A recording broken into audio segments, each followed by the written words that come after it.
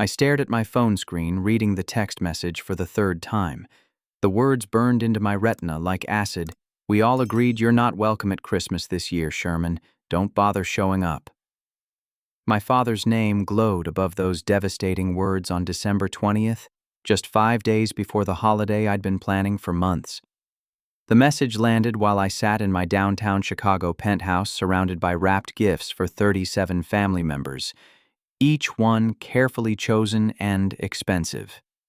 For 2 years, my tech startup success had transformed me into the family's financial backbone, covering mortgages, utilities, medical bills, and this year's elaborate holiday catering.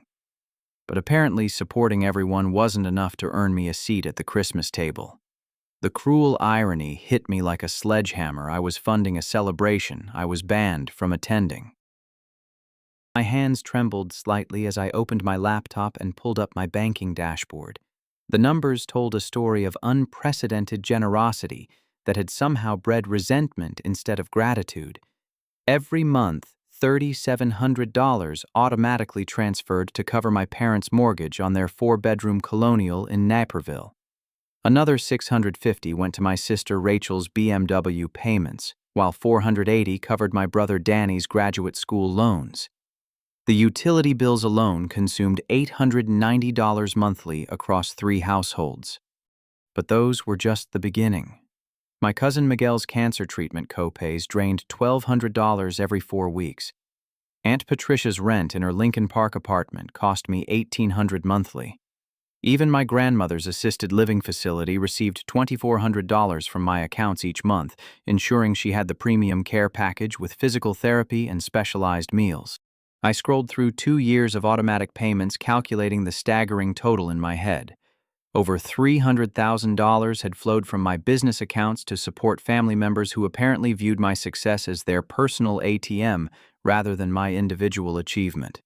The holiday catering alone represented $9,200 for prime rib lobster tails, imported wines, and a professional chef to serve 37 people at my parents' house.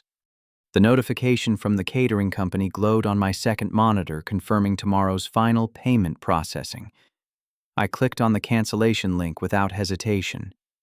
If I wasn't welcome at Christmas, then Christmas could happen without my financial backing.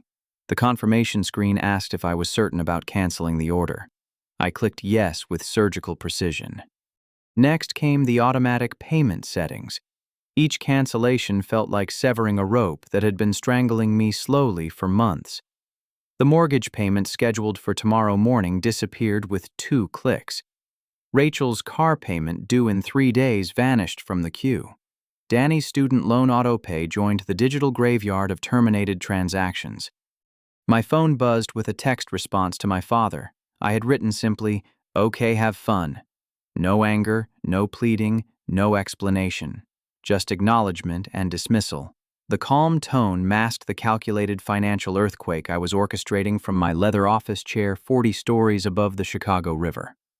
The irony wasn't lost on me. My family had held a secret meeting to vote on my worthiness for Christmas dinner, but somehow forgot to invite the person paying for the entire celebration. They wanted to exclude the golden goose while keeping the golden eggs. The entitled audacity of their position became crystal clear as I systematically dismantled 2 years of financial dependency they had grown to expect rather than appreciate. The first crack in their facade appeared exactly 3 hours and 17 minutes after my cancellations. My mother's ringtone, a cheerful jingle that now sounded ominous, pierced the silence of my apartment. I watched her name flash across the screen and chose not to answer. The voicemail she left was frantic and confused. "Sherman, honey, the catering company called asking about some payment problem. There must be a mistake with your bank. Can you call them back? We have 37 people coming tomorrow night." Her voice carried the assumption that I would immediately fix whatever technical glitch had interrupted their luxury Christmas plans. She had no comprehension that the problem wasn't technical, but personal. Within the next hour, my phone collected 6 more missed calls from various family members experiencing their own financial hiccups. Rachel called. First, her voice pitched high with panic. "Sherman, my car payment got declined and they're talking about repossession.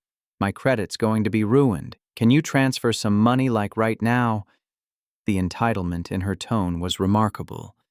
No greeting, no concern for why the payment failed, just demands for immediate financial rescue. Danny's message was shorter, but equally presumptuous. Yo, the student loan, people said my account's in default. Fix this today, or I'm screwed for graduation. His assumption that I existed to solve his problems without question revealed how thoroughly my generosity had been transformed into expected servitude. My father's call came as the sun set over Lake Michigan, painting my floor-to-ceiling windows golden orange. His voice shook with barely controlled rage when I finally answered on the 8th ring. What the hell is going on with the mortgage payment? The bank called saying the account was insufficient funds. You better have a damn good explanation for this mess. I leaned back in my ergonomic chair, watching the city lights begin to twinkle below. The payment was canceled because I'm not welcome at Christmas. I figured you didn't want financial support from someone who isn't welcome at family gatherings. The silence stretched for nearly 30 seconds before he exploded. You can't just stop paying because of some family disagreement. People depend on this money. You have responsibilities. The word responsibilities hung in the air like poison gas. Responsibilities to people who had collectively voted me unworthy of Christmas dinner. Responsibilities to family members who took my support for granted, while simultaneously rejecting my presence. The twisted logic was breathtaking in its selfishness. I have no responsibilities to people who don't want me around, I said calmly. You made that clear in your text message. This is different. This is about money, not personal feelings. His words crystallized everything wrong with our family dynamics. Money was separate from personal feelings in his mind, as if I were some kind of financial institution, rather than a son and brother seeking love and acceptance. My worth was purely monetary, and my emotional needs were irrelevant as long as the checks kept clearing. The most heartbreaking call came last, just as I was considering turning off my phone entirely. My grandmother's voice, weak and confused, trembled through the speaker. Sherman, dear, there's been some mistake at the facility. They're saying my account is behind, but I thought you were handling everything. I'm scared they're going to make me leave. Her frightened confusion pierced through my resolve like a hot knife. She had nothing to do with the family vote, no knowledge of the Christmas drama, and no understanding of why her secure living situation suddenly seemed threatened. For the first time since reading my father's text, I felt genuine doubt about the nuclear option I had chosen. But I was committed to seeing this through. My family needed to understand that financial support and personal respect were inextricably linked. You couldn't demand one while refusing to provide the other. By the next morning, my phone displayed 42 missed calls from various family members using different numbers after I started blocking their primary contacts. The digital harassment continued as they borrowed phones from friends, used work lines, and even created new social media accounts to reach me. Their desperation was palpable and pathetic in equal measure. Miguel appeared at my building's front desk around 10 in the morning, pleading with the doorman to let him upstairs. Through the security cameras, I watched my cousin pace frantically in the marble lobby, his face gaunt from ongoing chemotherapy treatments. The doorman called to inform me of the situation, and I instructed him to send Miguel away with a message that I was unavailable. The cruelty of turning away a cancer patient wasn't lost on me, but Miguel's situation represented the collateral damage of my family's decision. His medical payments were canceled not because I wanted to hurt him specifically, but because the family unit that included him had collectively rejected me. Individual consequences stemmed from collective choices. Rachel ambushed me at my office building Tuesday morning, waiting by the elevators in the lobby with red, swollen eyes and yesterday's clothes.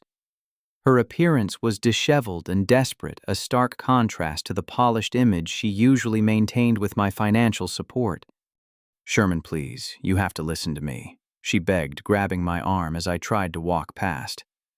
"I never voted against you. Dad pressured everyone into it. He said you were getting too arrogant and needed to be brought down a notch. I didn't want to exclude you from Christmas."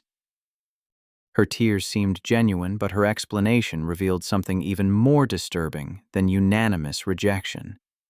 The family meeting hadn't been about legitimate grievances with my behavior. It was about deliberately humbling someone whose success made others feel inadequate. My father had orchestrated a campaign of emotional destruction designed to reassert his authority over family dynamics. "If you disagreed, why didn't you speak up?" I asked, pulling my arm free from her grip. "Because Dad said if anyone defended you, they'd lose their support too. He made it clear that loyalty to you meant financial consequences for everyone else." The manipulation was breathtaking in its calculated cruelty. My father had created a hostage situation where family members had to choose between defending me and protecting their own financial security. He had weaponized my generosity against itself, using my support for others as leverage to isolate and punish me. "So you chose your BMW payments over your brother," I said flatly. Rachel's face crumpled completely. "It wasn't just the car, it was everything. My apartment, my credit cards, my whole life. He said you had gotten too big for your britches and needed to remember where you came from." The phrase "too big for your britches" revealed the small-town mentality that viewed success as betrayal rather than achievement. My father couldn't celebrate his son's accomplishments because they made him feel diminished by comparison. Rather than finding pride in my success, he had chosen to tear me down to elevate his own sense of importance. Danny's response to the crisis was characteristically different. Instead of pleading or explaining, he doubled down on anger and resentment. His message, delivered through Rachel's phone since I had blocked his number, dripped with venom and entitlement. "You're destroying everyone's life because your feelings got hurt. This isn't about Christmas anymore. This is about being a decent human being. You're acting like a spoiled rich kid who didn't get his way." His complete inability to see the irony in calling me spoiled while demanding I continue paying his bills was remarkable. The mental gymnastics required to cast me as the villain in a situation where I had been betrayed and excluded boggled the mind.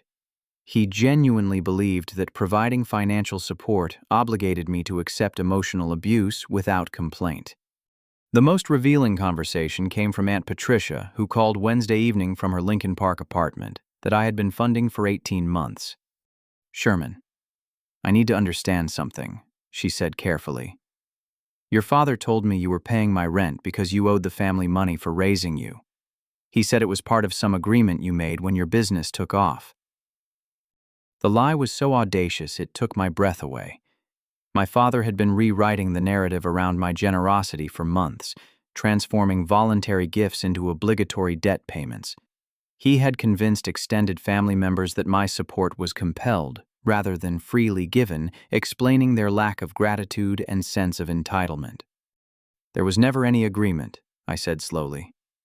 "I paid your rent because I wanted to help family members who were struggling.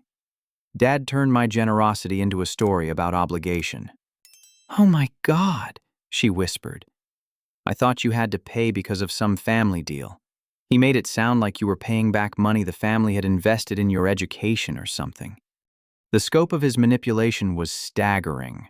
Not only had he orchestrated my exclusion from Christmas, but he had been systematically undermining the foundation of respect and appreciation that should have accompanied my financial support. Family members felt entitled to my money because they believed I owed it to them, rather than understanding it was a gift. The web of lies my father had constructed was unraveling, but the damage to family relationships would take much longer to repair. Trust, once broken by such calculated deception, couldn't be restored with simple explanations or apologies. Thursday brought a series of one-on-one conversations that revealed the true extent of my father's manipulation over the past 2 years. I had requested individual meetings with each family member to understand their perspectives and determine who genuinely cared about me versus who simply viewed me as a financial resource. Miguel arrived at my apartment first, his thin frame wrapped in a heavy winter coat that seemed to dwarf his shrinking figure. The cancer treatment had aged him beyond his 32 years, but his eyes remained sharp and intelligent. He settled carefully onto my sofa and immediately began apologizing for the chaos of the past few days. I never understood the family dynamics around your generosity, he said quietly. Your father told me you insisted on paying my medical bills because you felt guilty about having money while I was sick. He said you specifically requested that I not thank you because it made you uncomfortable. The revelation hit me like a physical blow. My father had not only manipulated the narrative around my support, but had actively prevented family members from expressing gratitude. He had isolated me from positive feedback while positioning himself as the intermediary who understood my supposed discomfort with appreciation. I never said anything like that, I told Miguel. I paid your bills because I love you and wanted to help during a difficult time. Gratitude would never make me uncomfortable. Miguel's face transformed as understanding dawned. He created this whole story about your personality and preferences that justified treating you like an impersonal charity rather than a family member.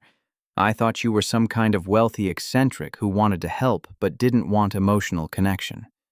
The strategic genius of my father's manipulation became clear. He had constructed a narrative that explained away the lack of gratitude and personal connection while maintaining the flow of financial support. Family members could take my money guilt-free because they believed I preferred distant, impersonal transactions. Aunt Patricia's conversation revealed even more disturbing details about the false narrative my father had created. She arrived with a shoebox full of Christmas cards, birthday cards, and thank you notes that she had written to me over the past 2 years, but never sent. Your father told me you didn't like personal cards or letters, she explained, opening the box to reveal dozens of handwritten messages. He said you preferred to keep financial help separate from emotional stuff, so I shouldn't send these because it would make you uncomfortable. I picked up one of the cards at random and read her heartfelt message about how my support had allowed her to stay in Chicago near her grandchildren instead of moving to a cheaper city. The gratitude and affection in her words were genuine and touching exactly the kind of emotional connection that had been systematically prevented by my father's interference. He's been intercepting and preventing any personal communication that might have created real relationships between us, I realized aloud. He wanted to keep the financial support flowing while eliminating the emotional bonds that might have competed with his authority over family dynamics. The most devastating revelation came from my mother on Friday morning. She arrived at my apartment looking exhausted and defeated, carrying a manila folder stuffed with documents she had discovered while searching my father's home office. I found loan applications, she said without preamble, dumping the contents of the folder onto my coffee table. He's been planning to ask you for $50,000 after Christmas for some business investment scheme. There are spreadsheets showing how he calculated your net worth and projected income. I picked up the documents with growing horror. My father had researched my business finances, estimated my personal wealth, and calculated exactly how much he could extract from me without causing financial distress. The Christmas exclusion wasn't random cruelty, but strategic positioning designed to make me more compliant and grateful when they eventually forgave me. The whole Christmas vote was designed to soften you up. My mother continued, her voice barely above a whisper. He thought if you felt rejected and then were welcomed back into the family, you'd be so grateful that you'd agree to the big loan without questions. The business plan revealed my father's intention to open a consulting firm targeting small businesses in suburban Chicago. He had no relevant experience or qualifications, but the loan application listed me as a business partner and financial guarantor, without my knowledge or consent. He had been planning to use our family relationship as collateral for a business venture that would likely fail and leave me responsible for the debt. There's more, my mother said, pulling out a second folder. He's been telling people around town that you're his business partner and that your success is really a family enterprise. He's been taking credit for your achievements and implying that you owe your wealth to family support and guidance. The scope of his deception extended beyond our family into the broader community where he had been building a false reputation as the mastermind behind my success. He wasn't just stealing my money through manipulation, he was stealing my identity and achievements to enhance his own social standing. Why didn't you tell me about any of this? I asked my mother. I thought you knew and were okay with it, she admitted. He told me you had agreed to the business partnership and were happy to have him represent the family's interests in your success. I thought this was all part of some plan you two had worked out together. Even my own mother had been manipulated into believing that my father's behavior was consensual rather than parasitic.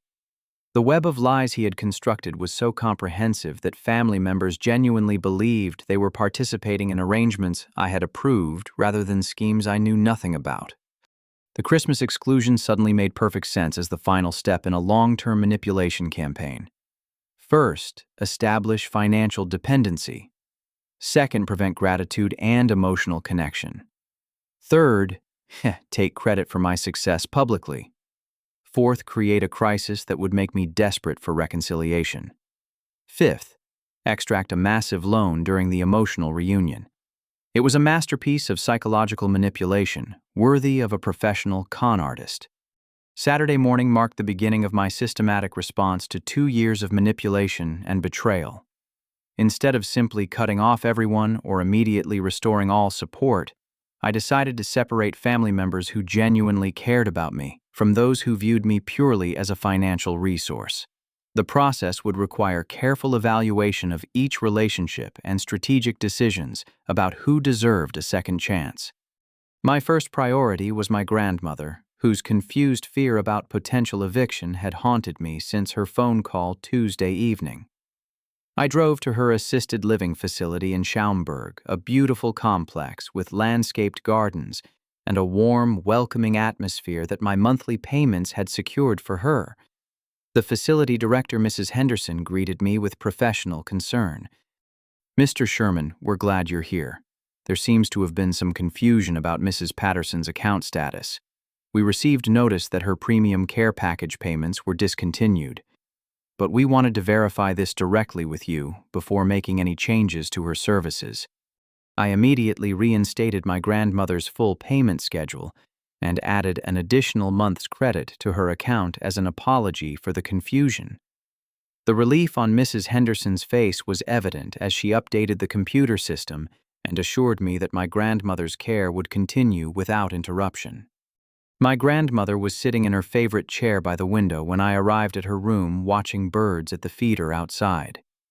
At 87, she remained sharp and perceptive, and her blue eyes lit up when she saw me enter. "Sherman, dear, I was hoping you'd come by. There's been some confusion about my account here, but more importantly, I sense there's been some trouble in the family. Your father's been acting strange lately, and your mother seems upset about something." I sat beside her and explained the entire situation from the Christmas exclusion to the discovery of my father's manipulation campaign. She listened without interruption, occasionally nodding as pieces of a puzzle fell into place for her. "I suspected something wasn't right," she said when I finished. "Your father's always been jealous of successful family members. When his brother started that construction company in the 1980s, your father spent years trying to undermine him at family gatherings. He can't stand seeing other people do well because it makes him feel like a failure." Her perspective provided crucial historical context for understanding my father's behavior. This wasn't a recent development triggered by my success, but a long-standing pattern of undermining family members who threatened his sense of superiority. "What should I do about the rest of the family?" I asked her. "Test them," she said simply. "Give people a chance to prove whether they care about you or just your money. The ones who genuinely love you will find a way to show it, even without financial incentives." Miguel was my second visit Saturday afternoon. I found him at home weak from his latest chemotherapy session, but sitting up in bed working on his laptop. His wife Maria answered the door and immediately began apologizing for the chaos of the past week. "We never understood the family dynamics around your help," she said. "Miguel's been sick with worry about losing your support, not just because of the money, but because he thought he had somehow offended you personally." Miguel's genuine distress about potentially damaging our relationship, separate from concern about medical bills, demonstrated the kind of authentic care I was looking for. I sat beside his bed and explained the real situation with our father's manipulation. "I want to continue helping with your medical expenses," I told him, "but I need our relationship to be based on honesty and mutual respect going forward. No more intermediaries or artificial barriers to communication. Absolutely. Miguel agreed immediately. I want to thank you properly for everything you've done. Your father made me think you didn't want gratitude, but helping someone through cancer treatment deserves acknowledgement and appreciation. I restored Miguel's medical payment schedule that afternoon and gave him my direct contact information with instructions to communicate with me personally about any health or financial concerns. The relief and gratitude in his response felt genuine and warming in a way that had been missing from family interactions for months. Rachel proved more complicated when I met her for coffee Sunday afternoon at a quiet cafe in Lincoln Park. She arrived early, nervously checking her phone and fidgeting with her purse strap. Her appearance had improved since our encounter at my office building, but the stress of the past week had clearly taken its toll. I've been thinking constantly about what you said, she began before I could even sit down. About choosing my car payments over my brother. You're right, and I'm ashamed of myself. Her acknowledgement of the moral failing was a positive sign, but I needed to understand whether her regret stemmed from genuine remorse or simply the consequences of losing financial support. Tell me about the family meeting where you all voted to exclude me, I said. Rachel's face flushed with embarrassment. Dad presented it like you were becoming arrogant and needed to be reminded of your place in the family hierarchy. He said successful people sometimes forget where they came from and need occasional humbling experiences to keep them grounded. And you agreed with that assessment of my character. I didn't really think about it critically, she admitted. Dad was so convinced and passionate about it, and everyone else seemed to go along with the reasoning. I was more focused on protecting my own situation than evaluating whether the decision was fair to you. Her honesty about prioritizing self-interest over family loyalty was both refreshing and disappointing. At least she could acknowledge the selfishness of her choice, which suggested potential for genuine change. What would you have done differently if you could go back? I asked. I would have defended you, she said without hesitation. I would have told Dad that excluding you was cruel and wrong, especially when you've been so generous to everyone. I let fear override my conscience, and that's not the kind of person I want to be. I decided to give Rachel a second chance based on her apparent genuine remorse and commitment to change. I restored her car payments with the condition that she maintain direct, honest communication with me and never again participate in family politics designed to manipulate or control me. Danny's response to my outreach was characteristically different and much less encouraging. When I called to arrange a meeting, he immediately launched into demands and accusations. You better fix this mess you created, he said without any greeting. My credits ruined my graduation's in jeopardy, and it's all because you had a temper tantrum over some stupid family drama. His complete inability to acknowledge any responsibility for the situation or show any remorse for participating in my exclusion made the decision easy. Danny would receive no restored support until he could demonstrate genuine understanding of why his behavior was wrong and show authentic regret for his choices. The most surprising revelation came from my father's business partner, a man named Tom Bradley, who called me Sunday evening after getting my number from my mother. Sherman, I think you should know that your father's been representing himself as your business partner to potential investors, Tom said. He's been using your success story to attract funding for ventures you're not actually involved in. I thought you knew about this arrangement, but some things he said recently make me think you might not be aware of how he's using your reputation. The conversation confirmed that my father's manipulation extended far beyond family relationships into potential fraud and misrepresentation in the business community. He was actively damaging my professional reputation while trying to profit from my success. Thank you for calling, I told Tom. I'll need to send a formal letter clarifying that my father has no authority to represent me in any business capacity. The scope of my father's deception continued to expand with each new revelation, reinforcing my decision to maintain firm boundaries until he could demonstrate genuine change and accountability for his actions. Monday morning brought the implementation of my carefully planned response strategy. Instead of responding emotionally to my family's manipulation, I would use systematic logic to separate genuine relationships from parasitic ones while maintaining firm boundaries around respect and honesty. I began by drafting formal letters to several businesses and potential investors who might have been misled by my father's false claims about our partnership. The letters clearly stated that he had no authority to represent me in any business capacity, and that any agreements made using my name or reputation were fraudulent. I copied my attorney on each letter to establish a legal paper trail. The selective restoration of financial support created immediate division within family ranks.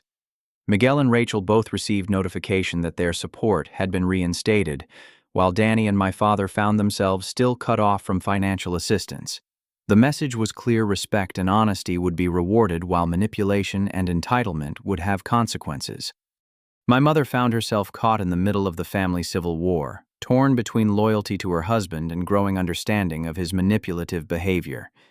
She called Tuesday morning, sounding exhausted and conflicted. "Your father's been ranting for days about how ungrateful you are and how the family needs to stand together against your selfishness," she said. "But I keep thinking about those loan applications and business plans I found. I don't know what to believe anymore." "You don't have to choose sides," I told her. "You just have to decide whether you want an honest relationship with me or whether you prefer the version of reality Dad's been creating." "I want honesty," she said immediately. "I'm tired of feeling like I don't understand what's really happening in my own family." I invited my mother to lunch Wednesday afternoon at a restaurant near her office, away from my father's influence and surveillance. Over Caesar salads and iced tea, she revealed additional details about the pattern of manipulation that had been operating for months. "He's been monitoring your social media posts and business announcements," she admitted. "He keeps spreadsheets tracking your company's growth and estimated value. He talks about your success like it's his personal investment that's finally paying dividends." The image of my father maintaining surveillance files on my business activities was deeply disturbing, but explained his detailed knowledge of my financial capacity. He had been studying me like a mark in a confidence game, calculating exactly how much he could extract without triggering suspicion. "Has he ever expressed pride in my achievements for my own sake?" I asked. My mother's long silence provided the answer before her words did. "He talks about your success as vindication of his parenting methods and family values. It's always about what your achievements say about him, rather than celebration of what you've accomplished personally. Even my success had been stolen and reframed as evidence of his superior character, rather than recognition of my individual efforts and talents. I existed in his mind as an extension of himself, rather than a separate person, deserving of respect and acknowledgement." Thursday brought the most dramatic development in the family crisis. My father appeared at my apartment building without warning, bypassing the doorman by following another resident through the security entrance. I discovered him sitting in my hallway when I returned from a client meeting looking haggard and desperate. "We need to talk," he said, struggling to his feet as I approached my door. His appearance shocked me. The confident, controlling man who had orchestrated my exclusion from Christmas had been replaced by someone who looked defeated and broken. His clothes were wrinkled, his face unshaven, and his eyes had the hollow look of someone who hadn't been sleeping. I let him into my apartment, curious to hear what he would say when confronted with the collapse of his manipulation campaign. He stood awkwardly in my living room, looking around at the luxury his financial dependency had enabled but could no longer access. "I know you've been talking to everyone," he began. "I know they told you about the business plans and the loan applications." "Among other things," I said, settling into my chair and waiting for him to continue. "I never meant for things to get this complicated," he said, his voice breaking slightly. "When your business started taking off, I was proud of you, but I was also terrified that you'd forget about the family that raised you." The attempt to reframe his manipulation as protective concern was pathetic in its transparency, but I let him continue without interruption. "I've been struggling with depression since I retired," he admitted, collapsing onto my sofa. "I felt worthless and irrelevant while you were achieving all these amazing things. I thought if I could be involved in your success, somehow if I could contribute to managing it or directing it, then I'd still have purpose and importance." For the first time in our conversation, his words carried authentic emotion rather than calculated manipulation. The confession about depression and feelings of inadequacy provided context for his behavior without excusing it. "So you decided to manipulate and control me instead of simply asking for help or support?" I asked. "I was afraid you'd say no," he said quietly.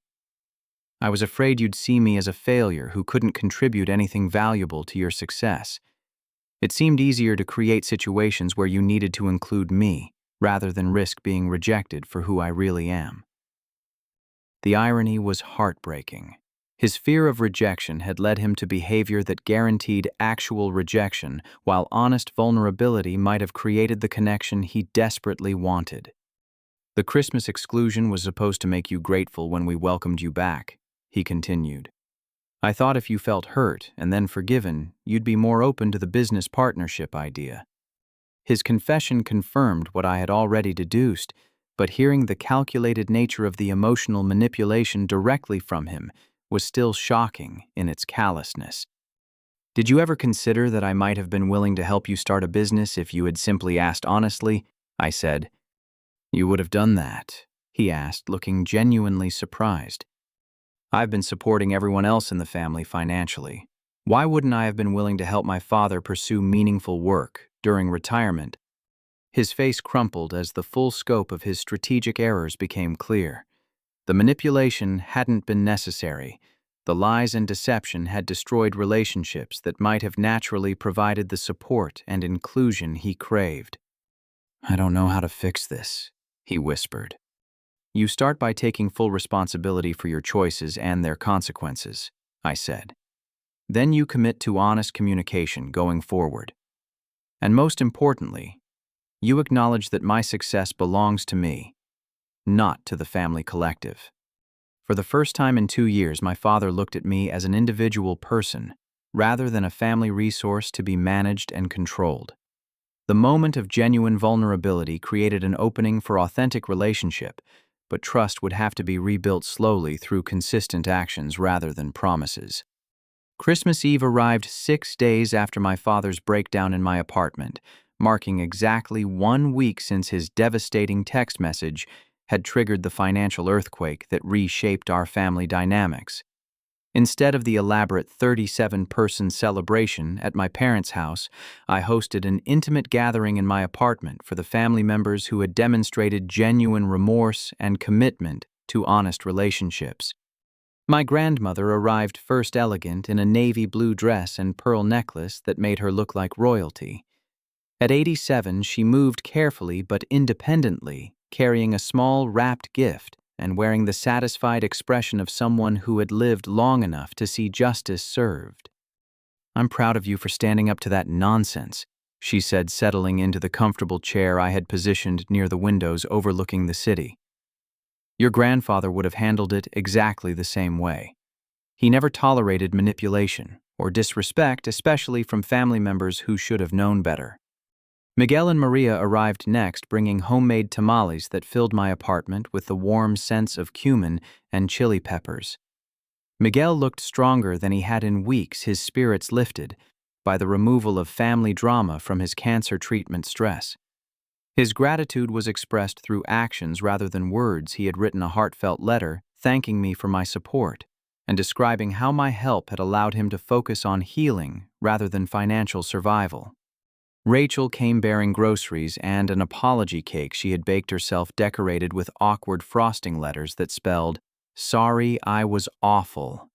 Her contribution to the evening wasn't just dessert, but genuine effort to demonstrate changed behavior through service and thoughtfulness. "I've been thinking about what you said about choosing car payments over family loyalty," she said while arranging flowers in my kitchen. "I realized that I've been making financial decisions based on fear instead of values. That's going to change." My mother arrived last, carrying a folder of documents that represented her own form of accountability and transparency. She had compiled copies of every false story my father had told family members about my motivations and preferences, along with a written timeline of his manipulation campaign. "I want you to have a complete record of what really happened," she said, handing me the folder.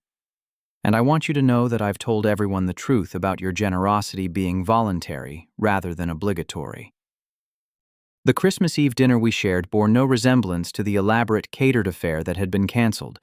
Instead, we cooked together, each person contributing ingredients and effort to create a meal that reflected collaboration rather than purchased luxury. The conversation flowed naturally, focusing on genuine connection rather than the artificial small talk that had characterized family gatherings when money created underlying tension. During dessert, I presented each family member with a formal document. I had prepared a family financial support agreement that outlined expectations, communication requirements, and appreciation protocols for anyone who wanted continued assistance from me. The contracts weren't punitive, but rather protective, ensuring that future generosity would be based on mutual respect and genuine relationships rather than obligation or manipulation. This isn't about control, I explained as they read through the agreements. It's about making sure we all understand that financial support is a gift that comes with responsibilities for maintaining honest, appreciative relationships. The agreements required monthly personal contacts separate from financial transactions, annual written acknowledgments of support received, and commitments to defend me against any future family manipulation attempts. Most importantly, they established my absolute right to discontinue support for any reason without explanation or appeal. My father and Danny were notably absent from the evening, having been excluded until they could demonstrate sustained behavioral change over time. Danny had responded to his exclusion with continued anger and demands, making it clear that he viewed my support as entitlement rather than gift. My father had shown genuine remorse during our private conversation, but needed to prove his commitment to change through actions rather than words. "What about Dad?" my mother asked as the evening wound down. "He's been asking if there's any way to earn forgiveness." "Forgiveness and trust are different things," I replied. "I can forgive him for the manipulation, but trusting him again will require consistent demonstration of changed behavior over an extended period." I had drafted a separate rehabilitation plan for my father that included requirements for public acknowledgement of his false representations to business contacts, completion of counseling for his depression and control issues, and a probationary period of 6 months during which he could demonstrate genuine change before any financial support would be restored. The most important element of his rehabilitation was acknowledging publicly that my success belonged to me personally rather than to family collective achievement. He needed to stop taking credit for my accomplishments and start celebrating them as the individual achievements they actually were. As the evening concluded and my guests prepared to leave, I felt a profound sense of peace that had been absent from family interactions for months. The smaller gathering had created space for authentic connection rather than performed gratitude. The home-cooked meal had required genuine collaboration rather than purchased convenience. Most importantly, everyone present had chosen to be there based on relationship value rather than financial dependency. "This feels like what Christmas should always have been," my grandmother observed, bundling into her winter coat. "Family members who actually want to be together, sharing what they can contribute rather than taking what they can get." Her words crystallized the transformation that had occurred over the past week. My family's crisis had burned away the artificial relationships built on financial dependency and revealed the authentic connections worth preserving and nurturing. The weeks following Christmas brought continued evidence that the crisis had created lasting positive change rather than temporary compliance. Family members who had signed the support agreements maintained regular, genuine contact that felt natural rather than obligatory. Conversations focused on personal lives, shared interests, and mutual concerns, rather than subtle requests for additional financial help. Miguel's cancer treatment progressed successfully, and his monthly calls included updates on his health, alongside questions about my business and personal life. Our relationship deepened as it was freed from the artificial barriers my father had constructed around gratitude and communication. Rachel used the crisis as motivation to develop greater financial independence, taking a second job and creating a budget that reduced her dependency on my support. Her car payments continued, but she also began building an emergency fund that would protect her from future financial vulnerability. My mother filed for separation from my father in February, explaining that she could no longer trust someone who had manipulated their family so extensively. The separation wasn't necessarily permanent, but it created space for her to develop her own relationship with me independent of his influence and control. My father entered counseling and began the long process of addressing the depression and insecurity that had driven his manipulative behavior. His rehabilitation was proceeding slowly, but showed signs of genuine progress rather than strategic compliance. The business community response to my clarification letters about his unauthorized representation was swift and professional. Several potential investors thanked me for the transparency and expressed continued interest in legitimate future opportunities with my actual company. Most importantly, I learned that generosity without boundaries enables manipulation and resentment rather than gratitude and connection. True family relationships must be based on mutual respect and genuine care, rather than financial obligation or emotional dependence. The crisis had cost me significant money and emotional pain, but it had also revealed the difference between family members who loved me as a person and those who valued me primarily as a resource. The relationships worth preserving had survived the financial test and emerged stronger, while the parasitic connections had been eliminated before they could cause further damage. Setting firm boundaries had initially hurt everyone involved, but ultimately saved the relationships worth maintaining, while protecting my emotional and financial well-being. The experience taught me that being loved for who I am rather than what I provide brings deeper satisfaction than any amount of purchased gratitude ever could. As I reflect on this experience, I realize that financial success can become a prison when it's used to avoid authentic intimacy rather than enhance genuine relationships. My family's manipulation was enabled by my own reluctance to demand appropriate appreciation and respect for my generosity. By accepting their entitlement and ingratitude, I had taught them that my financial support came without emotional requirements. The Christmas crisis forced everyone to confront the real foundation of our family relationships.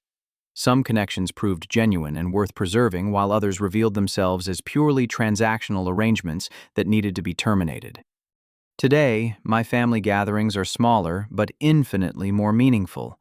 The people around my table chose to be there based on love rather than financial dependency. Our conversations are honest rather than carefully managed to avoid uncomfortable topics. Most importantly, my generosity is appreciated rather than expected, creating the kind of authentic gratitude that makes giving truly rewarding. The lesson I learned from this painful experience is that healthy relationships require boundaries, and generosity, without respect, is ultimately destructive to everyone involved. Sometimes the most loving thing you can do is refuse to enable behavior that prevents genuine connection and mutual appreciation. If you've ever found yourself in a situation where your generosity was taken for granted, or your family relationships were complicated by financial dynamics, I'd love to hear your thoughts in the comments below. How do you maintain boundaries while still helping the people you care about? Have you ever had to make difficult choices about supporting family members who didn't appreciate your help? If this story resonated with you or helped you think about your own family relationships, please like this video and subscribe to hear more stories about navigating complex personal situations with wisdom and strength. Share this with anyone who might benefit from hearing about the importance of setting boundaries in family relationships. Thank you for listening to my story and for being part of this community where we can share experiences and learn from each other's challenges and triumphs. I hope your own family relationships are built on mutual respect, genuine appreciation, and the kind of authentic love that doesn't require financial incentives to flourish. Remember that your worth as a person isn't determined by what you can provide for others, and healthy relationships should enhance your life rather than drain your resources and emotional energy. Sometimes the most courageous thing you can do is demand the respect and appreciation you deserve, even when it means risking relationships that weren't as genuine as you hoped they were.